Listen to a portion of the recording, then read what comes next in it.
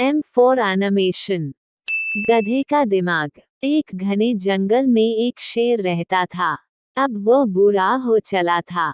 उसकी गुफा में एक शेर मंत्री के पद पर कार्यरत था। शेर जो कुछ भी शिकार किया करता, उसका बचा हुआ भाग वह शेर को दे दिया करता था। शेर का यह मंत्री पद का मेहनताना हुआ करता था।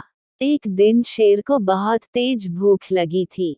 शेर ने शेर को अपने पास बुलाया और कहा, मंत्री मेरी बात ध्यान से सुनो।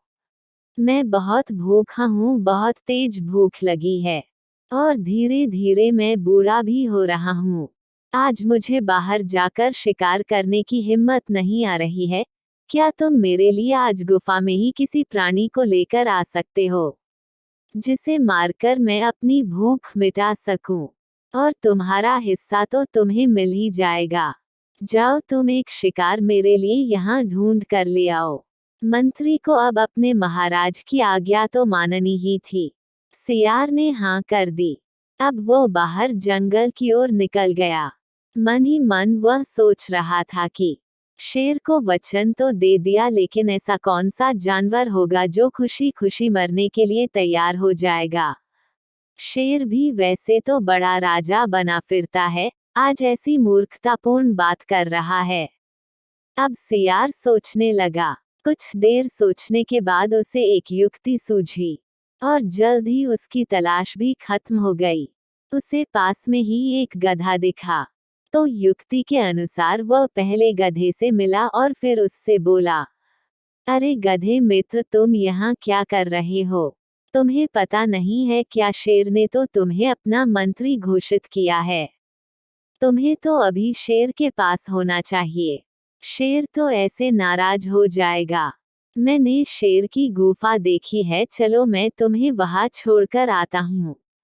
गधा तो मंत्री वाली बात सुनकर खुशी से फूला नहीं समा रहा था। उसे लग रहा था कि अब उसका जीवन सफल हो गया है, एक अच्छा कार्य उसे मिल गया है। शेर बात करते करते उसे शेर की गुफा के अंदर ले गया। जैसे ही शेर ने गधे को देखा, वह उस पर टूट पड़ा और उसको मार डाला।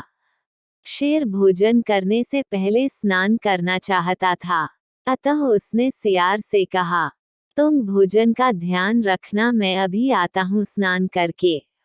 शेर तो स्वामी भक्त था, वह मान गया, लेकिन सामने स्वादिष्ट भोजन देखकर उससे रहा नहीं गया। उसने कुछ सोचा, फिर झट उसका दिमाग खा गया। इतने में शेर भी वापस आ गया।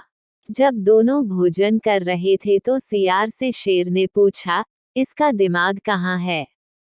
शेर बोला, महाराज आप कैसी बातें कर रहे हैं? गधे का तो दिमाग होता ही नहीं। यदि होता तो वह स्वयं ही यहाँ शिकार बनने के लिए यहाँ आपकी गुफा में क्यों आता?